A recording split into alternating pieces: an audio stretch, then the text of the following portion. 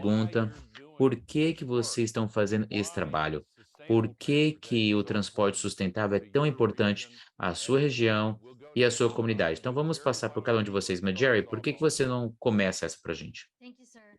Muito obrigado, senhor. Mobilidade é um direito humano básico.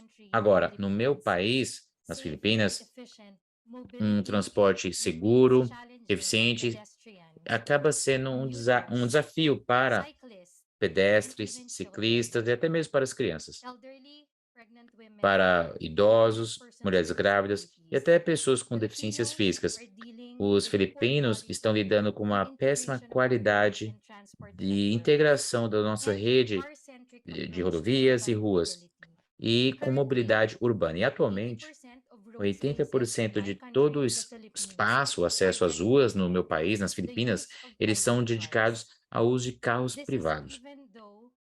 Isso acontece mesmo tendo 5 pesquisas nacionais que foram feitas em 2020 para atender as demandas de 2021. Descobriram que apenas 5% de todos os lares filipinos têm veículos privados e 20% são bicicletas. Então, realmente, ficou óbvio que o ciclismo deveria ser a parte principal, o modo principal de transporte para os filipinos. E existe essa necessidade de integrar as bicicletas ou integrar ciclovias, especialmente nos nossos planos urbanos modernos. Especialmente se as pessoas têm condições de escolher modos mais ativos de transporte. Então, essa transição teria um impacto muito maior, não somente para reduzir as emissões de efeito de gás estufa, mas também melhorar a qualidade do ar, das cidades e também a qualidade de vida das pessoas ao redor do país. E o que a pandemia nos ensinou é que a riqueza real está realmente na saúde humana e a saúde ambiental. Além disso, existe uma necessidade de dados consistentes quando olhamos para as ruas, acidentes, quando os filipinos estabeleceram dados que analisam os veículos motorizados. E isso ainda não foi instituído com muitas convenções para veículos motorizados. E isso ficou mais difícil, ou dificultou os planejadores urbanos e para os tomadores de decisões planejarem a estrutura adequada para os centros urbanos, e olhando para os investimentos e valorizando os benefícios econômicos da cidade, de um transporte ativo que as cidades e as empresas necessitam. Agora, a boa notícia é a seguinte: o progresso está acontecendo. Existem algumas pessoas, alguns líderes bike lane que estão networks, coordenando as coisas com gestores públicos, justamente vendo essa questão, oferecendo mais instalações para ciclovias, pedestres e também outros usuários de baixa emissão de carbono, e também grupos da sociedade que estão contribuindo para a mudança da mentalidade geral do público. Então, essa revolução de mobilidade está acontecendo nas Filipinas. Isso foi de acordo com uma pesquisa que foi feita pelos departamentos de saúde do país. Em 2020, eles descobriram que 87% dos filipinos, eles acham que as ruas serão melhores se o transporte público ou tiver ciclovias, faixas para pedestres com prioridade, ao invés de dar prioridade aos veículos. Então, nós precisamos aproveitar esse ímpeto e precisamos ajudar aqueles que têm menos, que não têm tantos carros e precisam de mais espaço nas ruas. Você disse isso muito bem. Tem alguém que gostaria de responder essa primeira pergunta e adicionar alguma coisa? Claro, eu poderia adicionar sim. Por favor, pode falar. Bem, é o seguinte, você disse que 15% de emissões globais são causadas pelo setor de transporte, não é? E nós sabemos que aqui nos Estados Unidos o número chega a quase 30%. Exatamente. Então, aqui em Chicago é uma cidade muito movimentada. Nós temos o superutilização de veículos, assim como também nas Filipinas. Então, nós sentimos que queríamos ter mais pessoas utilizando o trânsito, o transporte público. Mas a gente sabe que o transporte público também acaba sendo energizado por combustível fóssil. E esse transporte público acaba contribuindo uma parte maior ainda de emissões de efeito estufa, e muito mais talvez do que mais veículos nas ruas. E nós sabemos também que cada ônibus a diesel polui tanto quanto 30 a 40 automóveis na rua. Ou seja, nós decidimos que, dado a importância desse setor do transporte público, e também considerando a necessidade de fazer essa transição para veículos elétricos por todo o segmento, seja com carros, caminhões, caminhonetes, não importa. Nós achamos que era necessário começar com uma peça, um elemento do transporte, atacar aquele ponto primeiramente, e depois esperamos que, de acordo com o sucesso desse projeto, podemos passar para veículos mais pesados no nosso estado. Então, nós decidimos começar justamente na região metropolitana de Chicago, justamente porque ali a gente consegue ter dois oficiais do governo e conseguimos trabalhar com ele através de lobbying e que eles pudessem ouvir a nossa mensagem. E trabalhamos então com esse esforço, concentrando na área metropolitana de Chicago. Ótimo, muito bom. Ana, você quer dar continuidade? Claro, com certeza. Eu posso dizer muitas coisas que estão acontecendo aqui na minha região, no Canadá. Assim como no transporte americano, representando uma proporção grande das emissões, mais de um quarto de todas as emissões, isso também se deve ao crescimento das atividades urbanas, mas não somente isso. Existe também muitas compras de SUVs no país, eu sei disso, né? Mas as boas notícias é que no nível federal, o governo já está implementando restrições e banindo, proibindo a venda de veículos gasolina ou diesel a partir de 2035. E nós sabemos que no Canadá também, um terço, pelo menos, já está interessado em comprar um carro elétrico em sua próxima compra de veículos. E existem vários incentivos para isso, tanto no nível federal como no nível ali, talvez mais local, para ajudar com os custos. Mas existem coisas que precisam ser feitas para esse trabalho avançar mais. Existe também a questão de disponibilidade dos veículos elétricos, as pessoas têm que esperar meses para ter um veículo elétrico. Eu sei que é um caso bem específico, mas alguém que eu conheço na minha cidade, e ela tinha que dirigir horas e horas para outra cidade para comprar o seu veículo elétrico, porque não tinha nenhum próximo dali disponível. Ou seja, tem coisas que precisam ser consertadas para poder montar toda essa estrutura também de carregamento, para poder carregar os carros elétricos. E por fim, eu queria dizer alguns motivos que isso acaba sendo super importante, tanto para expandir a frota de veículos elétricos, mas também na rede de veículos públicos, de transporte público.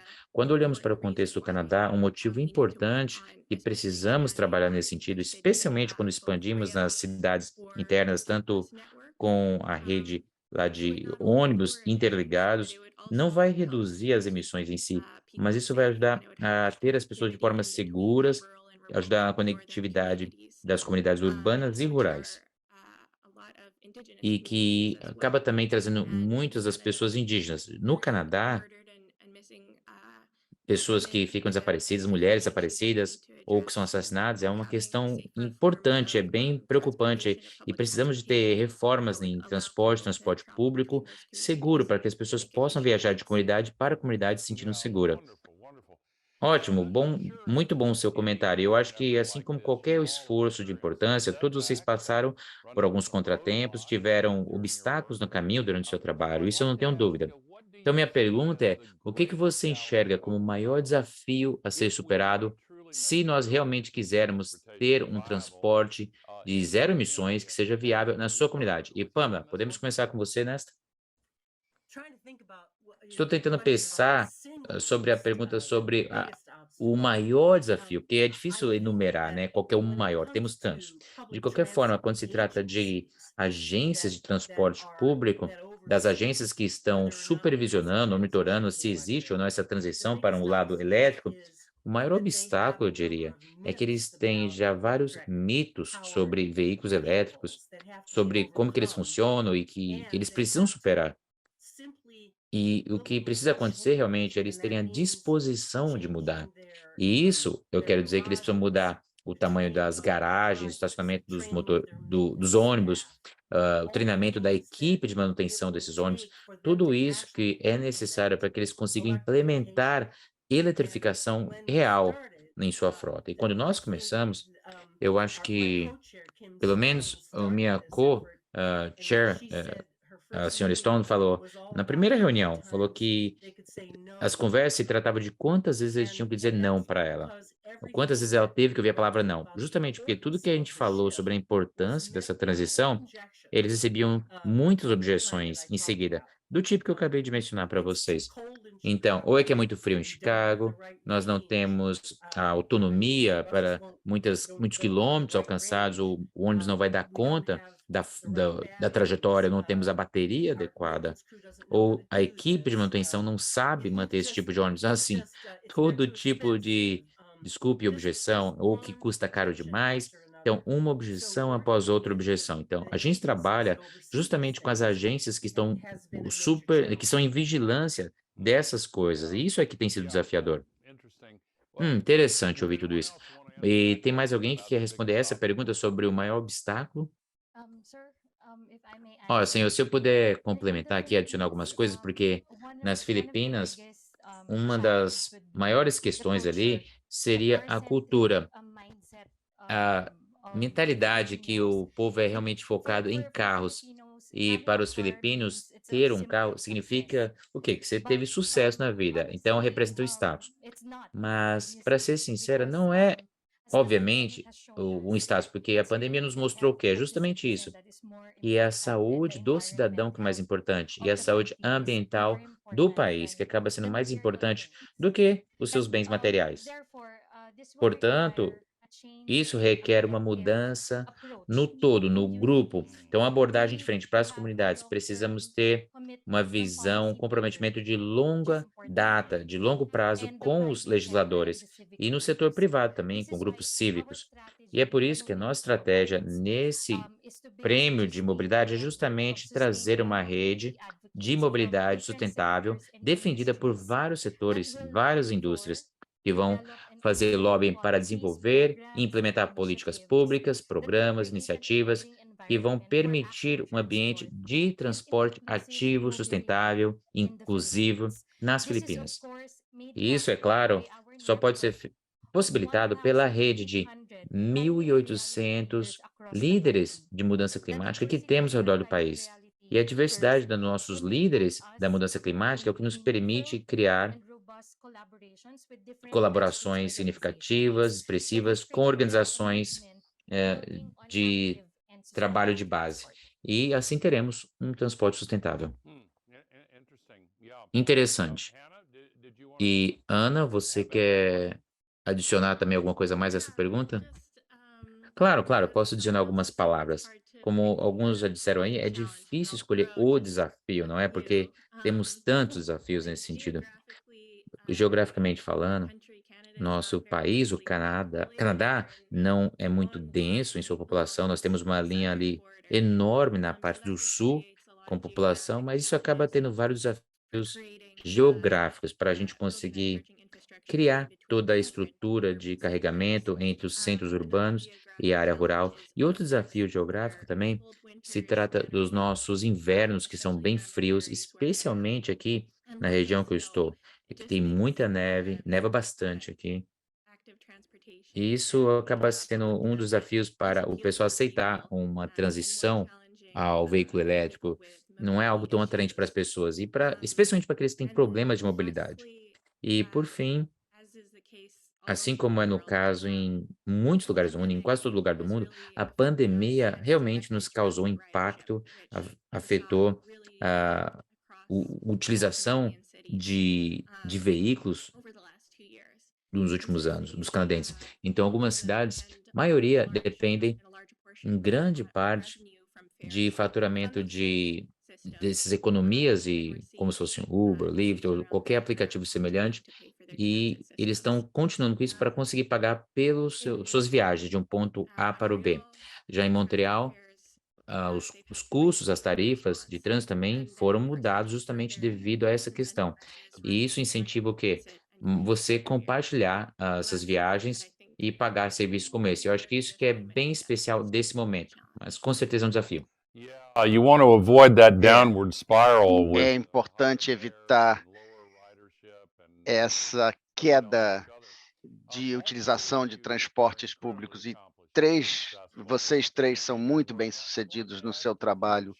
Eu gostaria de perguntar se vocês poderiam compartilhar algumas sugestões de práticas de como mobilizar as pessoas nas suas comunidades para uma maior utilização do transporte público.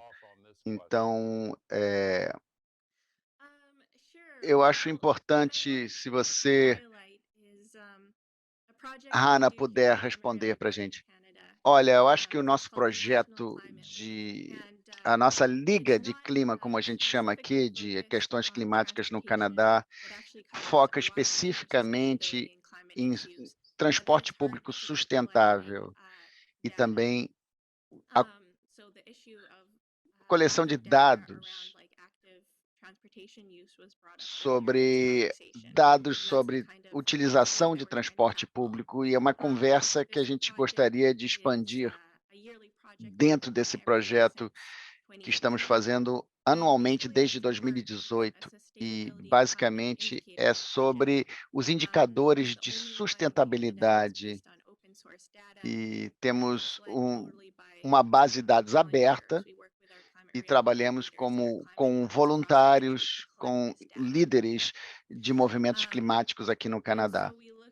E a gente vê os números indicativos, como viagens por ano, quilômetros percorridos no transporte público, número de veículos na frota, taxa de ocupação e também a forma como as cidades otimizam esse transporte, dando notas. E a publicação desse relatório, que acontece todos os meses de março, é importante por várias razões. É uma ferramenta de defesa, de educação e também a construção de um banco de dados comparável com outros bancos de dados. E a coleção desses dados, a gente tenta padronizar, porque não todos os lugares coletam dados da mesma forma. Então, é importante a gente saber com esses dados aonde estamos e as áreas nas quais precisamos melhorar.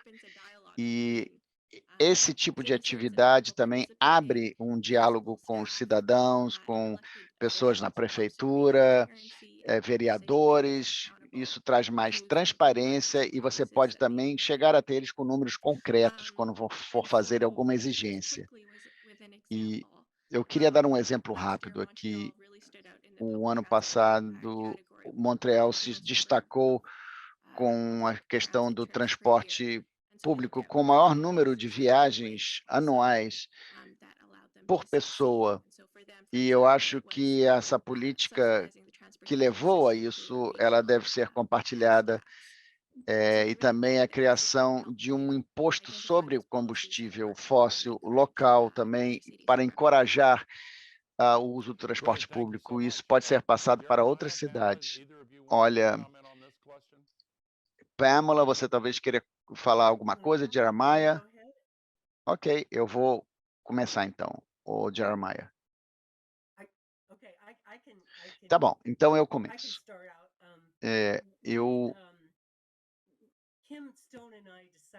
Kim Stone e eu decidimos criar uma equipe da nossa divisão de Chicago, do Climate Reality, da realidade climática, para criar táticas e estratégias das quais você falou. E uma das coisas que a gente já sabia é que a gente precisava pesquisar todas as objeções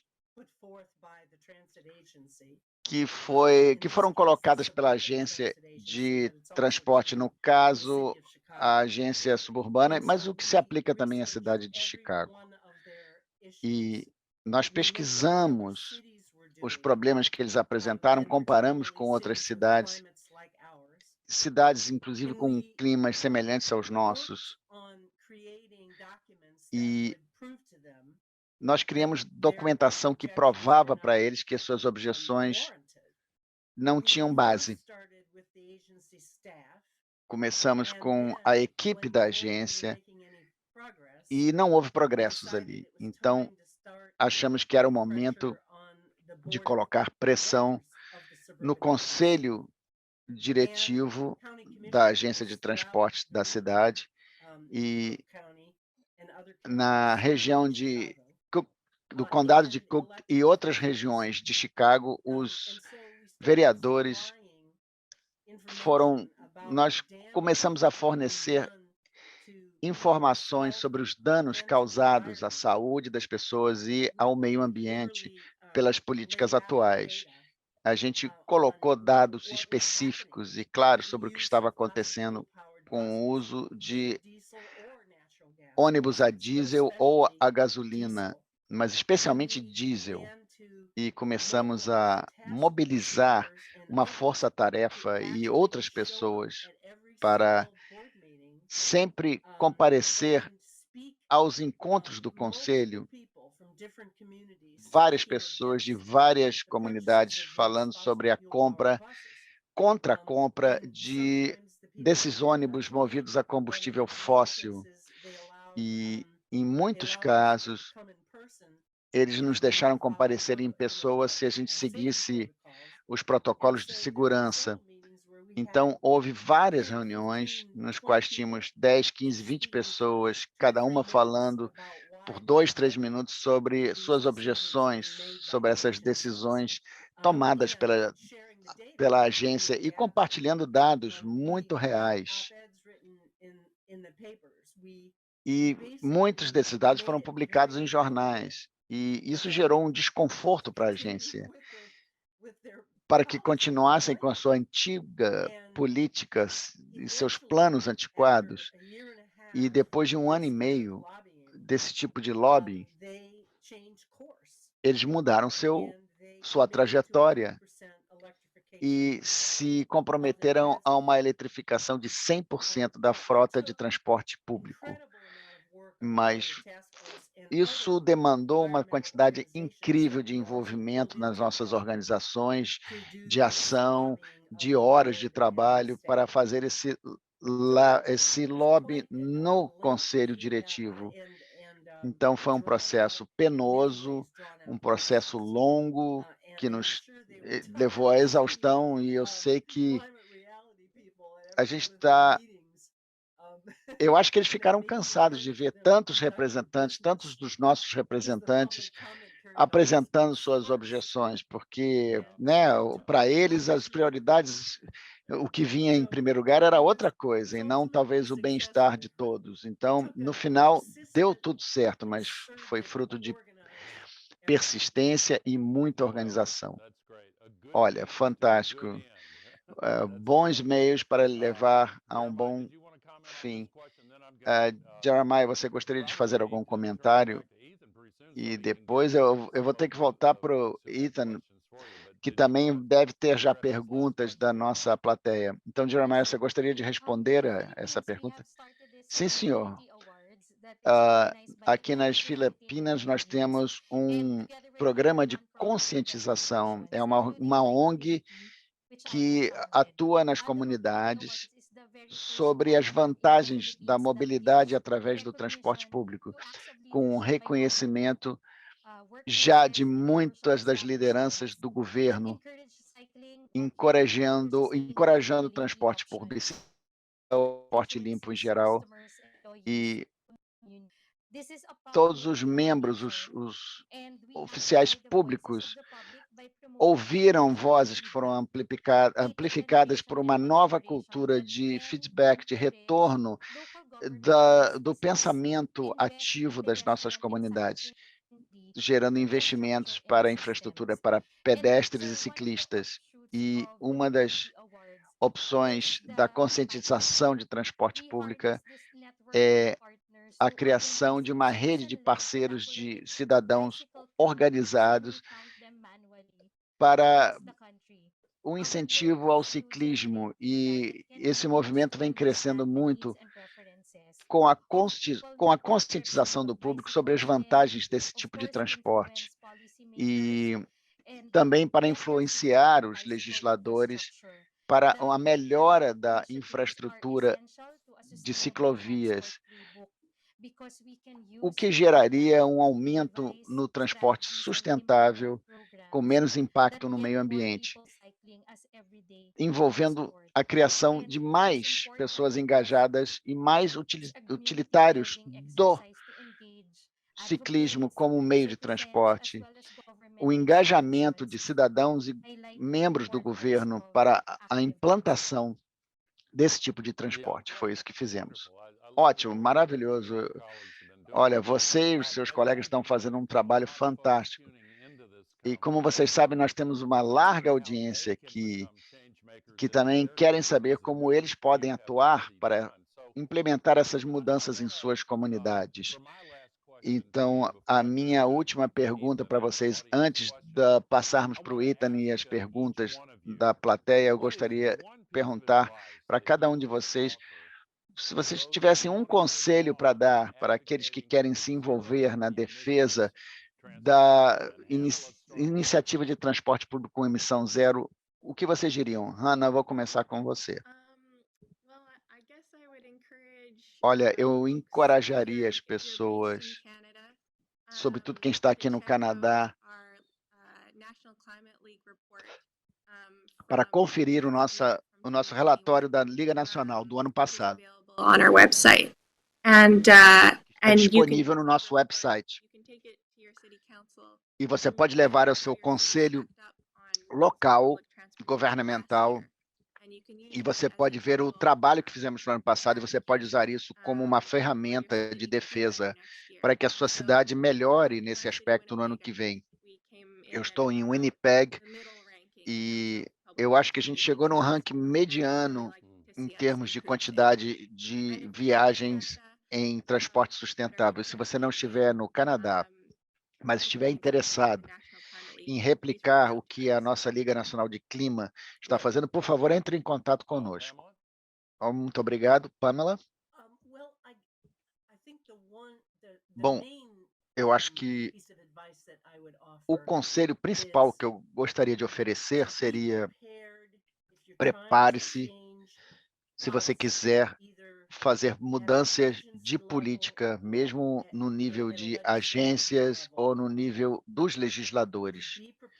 Prepare-se para um trabalho a longo prazo. Você não vai fazer essas mudanças da noite para o dia.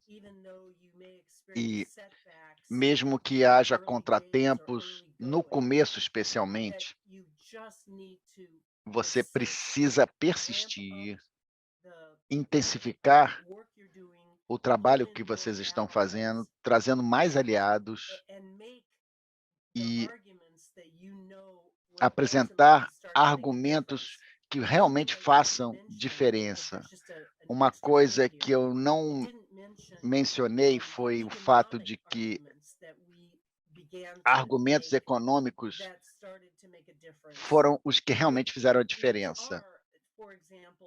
Que, por exemplo, são de que todo mundo já sabe no setor de transporte público agora que o custo inicial de veículos elétricos pode ser maior, mas a longo prazo existe uma economia enorme, o que realmente é verdade, porque os custos de combustível eles são muito maiores do que o custo inicial de um ônibus elétrico que aparentemente seja mais caro por unidade. Então, use todos os argumentos possíveis e persista. E sempre leve em consideração que vitórias a curto prazo não são prováveis. E eu acho que isso é fundamental para o sucesso. Você tem que acreditar que você pode, através da apresentação constante de dados e o aumento de aliados, você vai conseguir mudar essas políticas. Muito bem, persistência é tudo. E, Jeremiah, você gostaria também de dar algum conselho para quem está interessado nessa jornada? Olha, é importante esse lembrete. Enquanto existe vida, temos que continuar com o que estamos fazendo, com engajamento, com aliados, para conseguirmos atingir o objetivo que queremos em termos de transporte. E da diminuição dos efeitos da mudança climática. E eu sei que sim, nós teremos contratempos no caminho, desafios no caminho, mas é importante manter a nós mesmos e a outras pessoas inspiradas, porque quando eu vejo as histórias da nossa comunidade ou das ciclistas aqui nas Filipinas que lutam por suas vidas, sua sobrevivência nas ruas. Então, é importante a gente continuar com esse movimento de defesa ambiental nas Filipinas para que tenhamos um ambiente amigável em termos climáticos. Maravilha, eu estou realmente muito inspirado pelo trabalho de vocês, Hannah, Jeremiah e Pamela, e eu espero que a nossa plateia não esteja apenas inspirada, mas também motivada a tomar ação. Então, vamos ter algumas perguntas da nossa audiência de hoje. Eu acho que eu gostaria que vocês pudessem falar mais, e nós vamos voltar a falar com vocês, e vamos também ter uma terceira conversa daqui a pouco, falando sobre soluções naturais para a crise climática. Então, eu vou ver vocês em breve, nossos panelistas fantásticas. Então, eu passo a bola de volta para você, para o nosso MC, o Ethan. Muito obrigado, senhor. E que discussão fascinante. Então, eu aqui aprendi muito, e que não é nem da área específica na qual trabalho, mas eu acho que essa interação foi maravilhosa para mim, espero que tenha sido para vocês. Muito obrigado, Hannah, Jeremiah, Pamela e Sr. Gore, e recebemos algumas perguntas, e por favor, continuem a apresentar suas perguntas. Então, vamos ter uma rápida sessão de perguntas e respostas. A primeira pergunta que eu tenho aqui, eu vou direcionar, eu gostaria que todos vocês respondessem. Falamos muito sobre o impacto nas comunidades para o transporte público com emissão zero de carbono. E uma das perguntas que eu ouvi aqui é como raça, classe e desigualdade econômica afetou os orçamentos de transporte público, e como podemos garantir que comunidades mais pobres com problemas de mobilidade tenham prioridade. Então, eu vou passar a bola para a Pam, e eu gostaria que você falasse a respeito disso, Pam, por favor.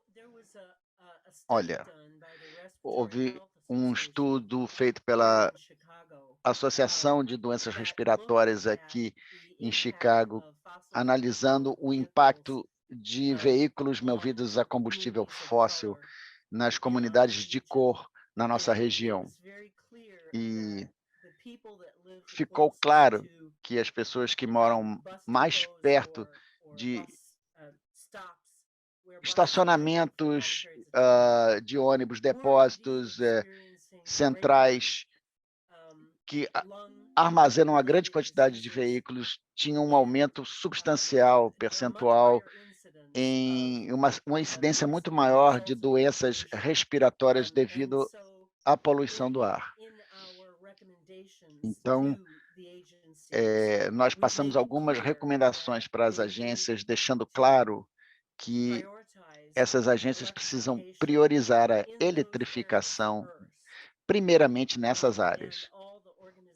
E todas as organizações que estão na coalizão ambiental aqui fizeram a mesma coisa. E com a legislação aprovada aqui há um pouco mais de um ano em Illinois, o ato de clima e igualdade de oportunidades de empregos, falamos na implementação de uma infraestrutura de carregamento elétrico, quem recebe primeiramente os descontos para a compra de carros elétricos e tudo mais. Então, existe uma comunidade muito forte aqui dentro da nossa coalização que está tentando realmente garantir que isso seja feito de forma igualitária dentro desse processo de transição. Ótimo. Você realmente passou essa informação diretamente para o governo, correto? Com uma lista de prioridades, né? Sim, exatamente. Na verdade, já na negociação para passar a legislação, que criou muitos novos programas que estão sendo implementados agora. Já nessa fase, nós especificamente tivemos negociações com essa questão. E disso aí surgiu, pelo menos o que eu acredito que são boas decisões para essas comunidades. Vocês entrando em contato diretamente com os legisladores, tomadores de decisões, acho que isso que é importante. Até como questão de educação mesmo, de informação, ao invés de simplesmente ter demandas, não, mas se trata de educar o público, ou mostrar o trabalho passado sobre justiça climática nessas comunidades. Agora, poderia ouvir um pouco de você também? Eu acho que é, talvez seja uma tangente aqui, mas uma coisa que me veio à mente com essas conversas do meu trabalho anterior, quando a gente falava com as comunidades por todo o país aqui, todo o Canadá, quando a gente falava sobre mudança climática, insegurança climática ou resiliência, o que que a gente chegou à conclusão? Novamente, nas comunidades mais para o norte do país, as pessoas usam outras formas de transporte para chegar de um lugar para o outro, talvez aqueles snowmobiles e aqueles snowmobiles elétricos nem sequer existem no mercado, não é nada acessível. Então, eles não se sentem representados nesse discurso de veículo elétrico ou eletrificação. Então, acho que esse é apenas um exemplo das motoneves. Quando a gente fala sobre eletrificação, ou quando vamos falar de subsídios e como deixar tudo de forma acessível, a gente tem que olhar todos os modos de transporte que as pessoas utilizam por todo o país. Exatamente. Subsídios de combustível fóssil para estruturas como essa, eu acho que é realmente uma questão bem quente, no momento é polêmico, a gente sabe que é até uma tolice ficar debatendo nessa altura. Mas, Jerry, quando eu entrei em contato com você, eu vou até tentar intensificar mais a conversa, porque você falou sobre como que as Filipinas têm como uma questão de status ter um carro e a estrutura estava fortemente voltada para uma estrutura de carros. Eu não sei se é por interesses pessoais de um grupo de pessoas, porque você mesmo mencionou, tem um grupo pequeno de pessoas que têm o carro próprio, ao invés da grande população das Filipinas que não tem o seu carro próprio. Então, como que você tem trabalhado nesse sentido? Que ideias você leva para o governo para acabar com esse suporte para veículos e mais para um lado de ciclovias, faixas para pedestres ou coisas mais próprias para a comunidade? Obrigado pela pergunta. Então, olha, na verdade, com cada oportunidade que eu tenho, como esta, porque, claro, eu não sou uma pessoa da área técnica, eu sou apenas uma cidadã muito apaixonada com o assunto, mas eu sempre falo para as pessoas que em cada projeto, em cada plano, nós precisamos colocar no centro, na cerne de tudo, no coração de cada planta, cada plano, as vias acessíveis para mulheres grávidas, para idosos, pessoas com dificuldades físicas, mesmo para os povos indígenas, porque se a gente conseguir atender às necessidades deles, todos saem ganhando, não é? Então, a questão é a seguinte: eles precisam se sentir representados, eles precisam ter sua voz escutada, eles precisam ser consultados em cada planejamento, cada projeto urbano. E para o futuro, nossos projetos, eles têm que ser mais inclusivos. E assim todos podem sair, todos conseguem se deslocar, não somente para algumas pessoas que têm carros ou que sabem se deslocar de um lugar para o outro, mas para todos. Obrigado, eu agradeço mesmo. Muito bem.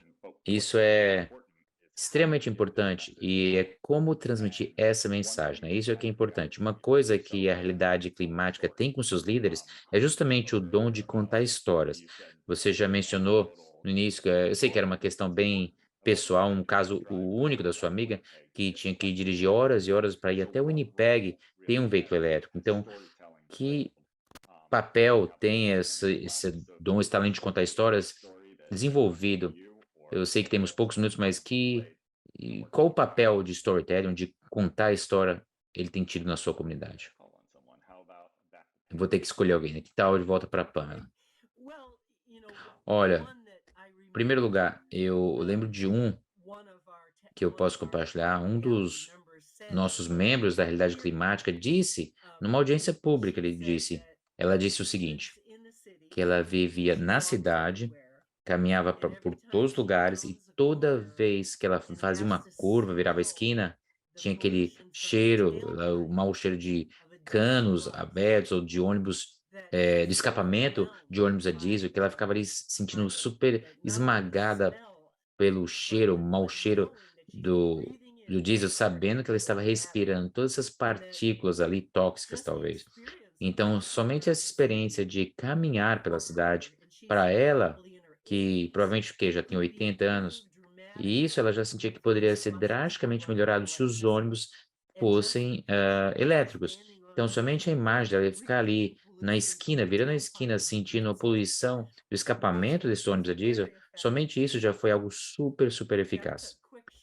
Isso é uma história bem curta, uma história pessoal que eu posso compartilhar com vocês. Eu mesmo moro aqui numa cidade, em Filadélfia, e realmente pode ser um tanto pesado o clima. E Ana, o que você pode compartilhar aqui no lado de defesa de uma mudança climática? Olha, em Winnipeg todos têm sua história sobre ficar esperando o ônibus, não é? Um clima que está em menos 30 graus e o ônibus não aparece. Então, isso é algo que realmente une as pessoas, eu diria.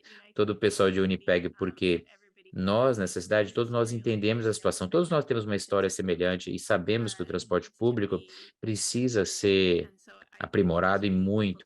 Mas somente esse fato de poder unir as pessoas, compartilhar histórias semelhantes, isso consegue talvez dar início a uma conversa um pouquinho diferente, ou esse lado de pedir algo mais positivo do governo. Então são histórias como essa, são como essas. E sabemos que tivemos muito ativismo na nossa cidade para melhorar o transporte público. Isso já vem acontecendo há algum tempo, com bastante regularidade, até eu diria.